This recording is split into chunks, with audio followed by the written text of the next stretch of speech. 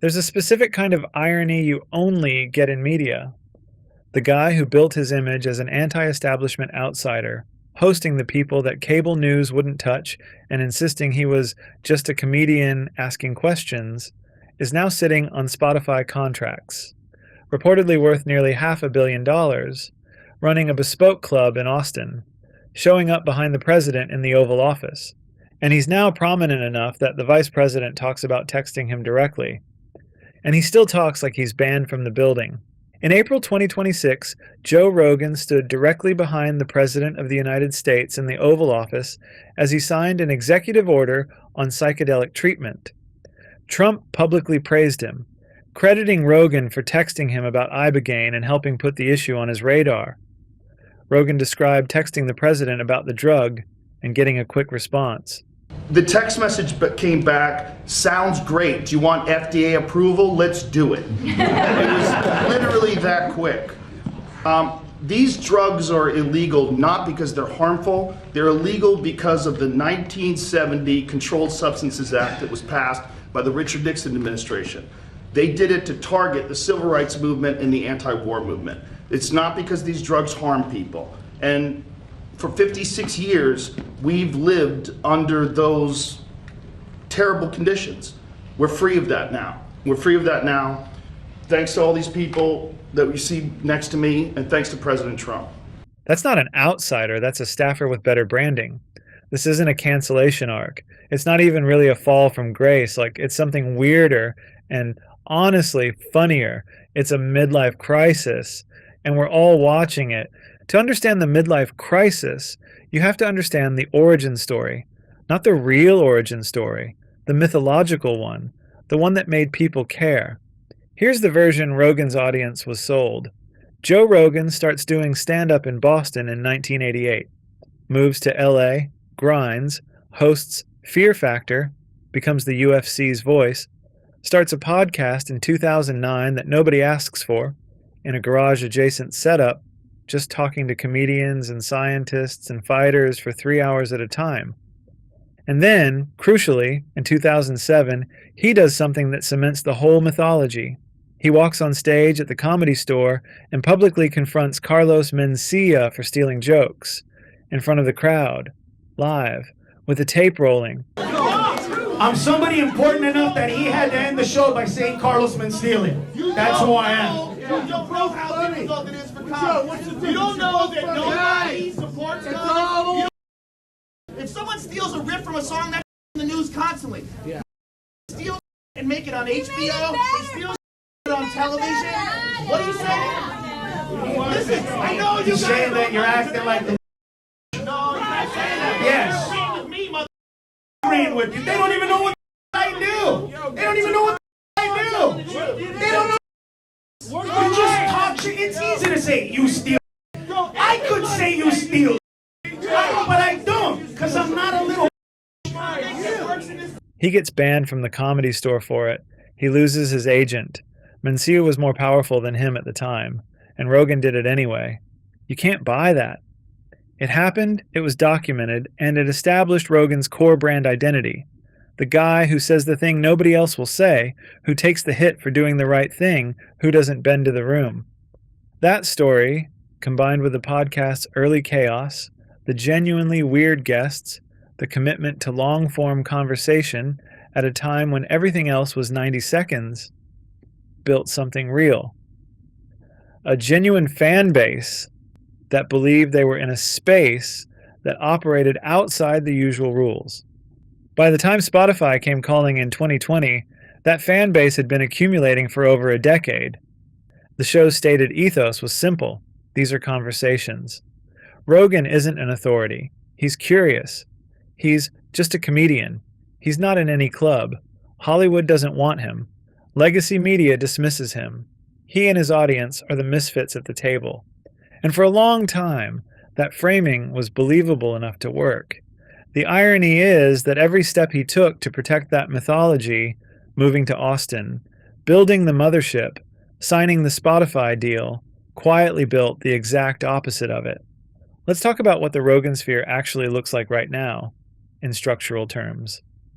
In 2020, Rogan signs his first Spotify pact, widely reported at more than $100 million, before later reporting puts the real number closer to at least $200 million over the first run. A few years later, he re-ups on a new multi-year deal, reportedly worth up to $250 million, turning the Spotify era into a high hundreds of millions experiment in what one podcast can be worth. Hello, everybody. I have an announcement. The podcast is moving to Spotify. I signed a multi-year licensing agreement with Spotify that will start on September 1st. Starting on September 1st, the entire JRE library will be available on Spotify as well as all the other platforms. Then somewhere around the end of the year, it will become exclusive to Spotify, including the video version of the podcast. He moves to Austin. Yeah. Texas or? Yeah, I'm going to go to Texas. I just want to go somewhere in the center of the country, somewhere it's easier to travel to both places, and somewhere where you have a little bit more freedom.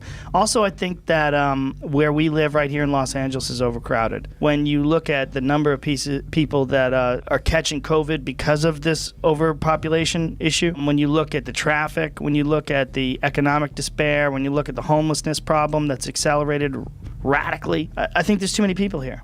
I think it's not tenable. I don't think it's manageable. He builds a home that reportedly cost around $14 million with a private studio. He opens the comedy Mothership in downtown Austin in March 2023.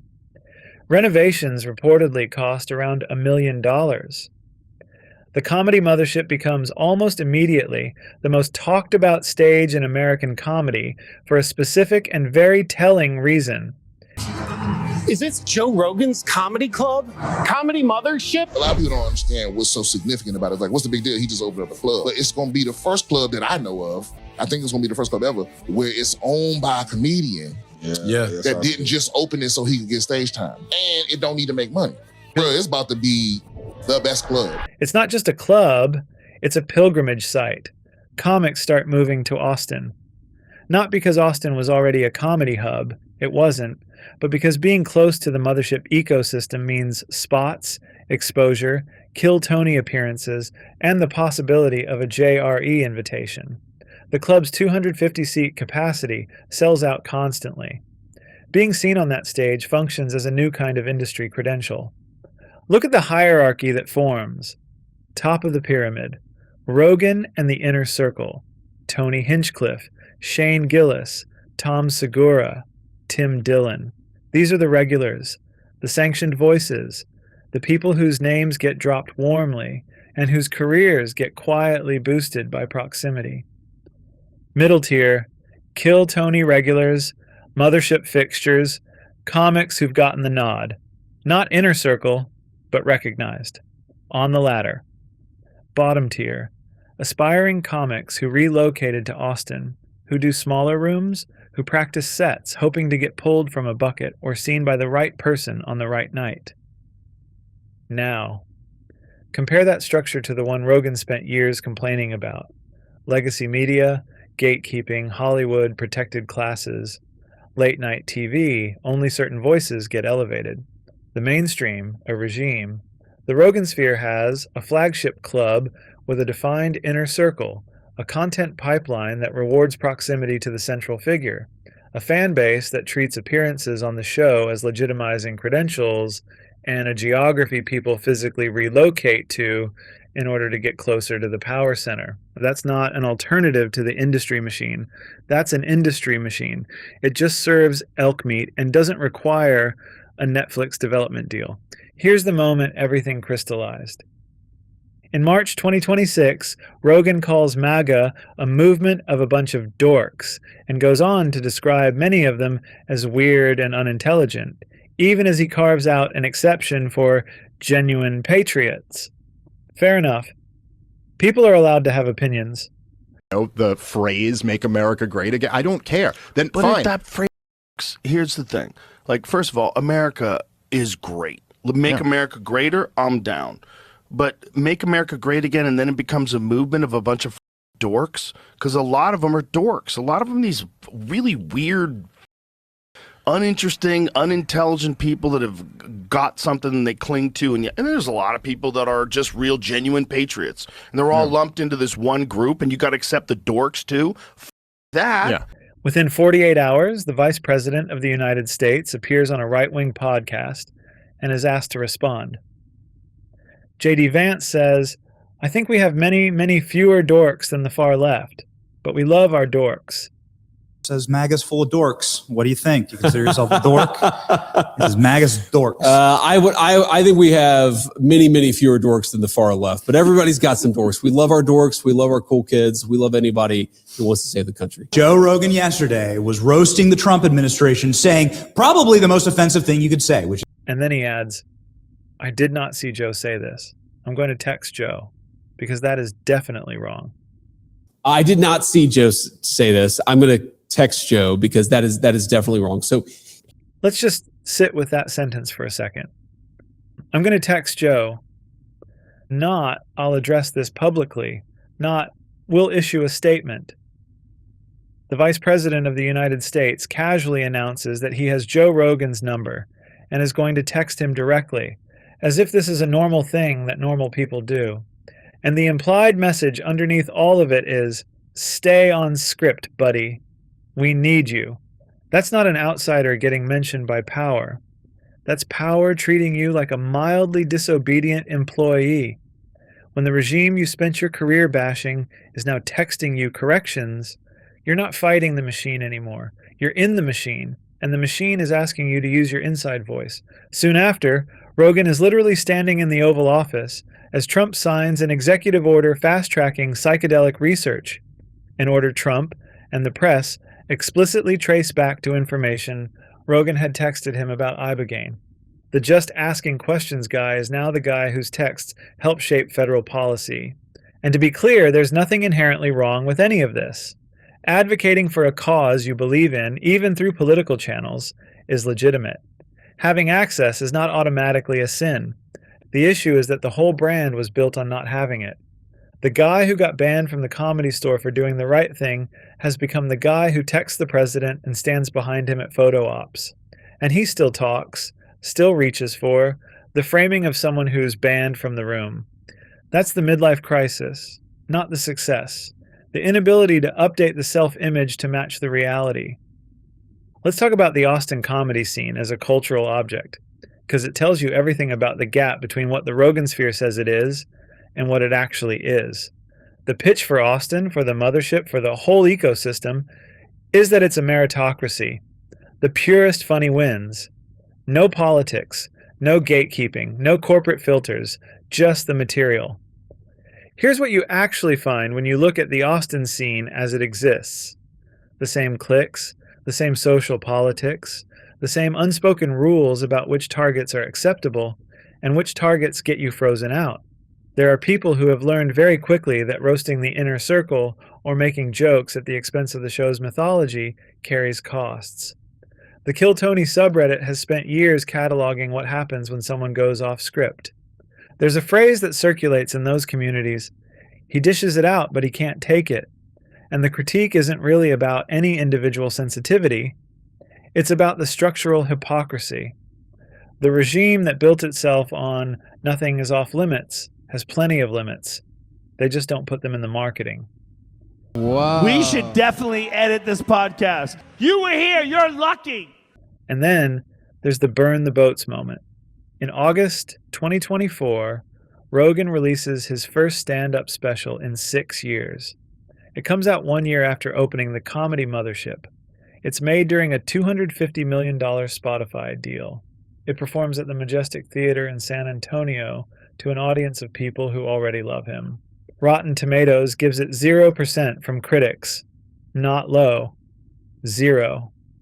The reviews describe recycled material, trans jokes that feel like they're from 2015, Michelle Obama conspiracy humor delivered as punchlines, and the general energy of someone who used to be interesting becoming, as one reviewer put it, outrage fodder past its expiration date.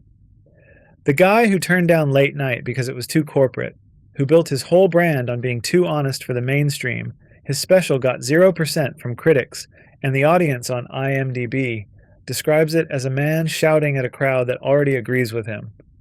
When your brand is too dangerous for the mainstream, and the mainstream just thinks you're not funny, you're not edgy, you're safe, you're just boring in a different direction.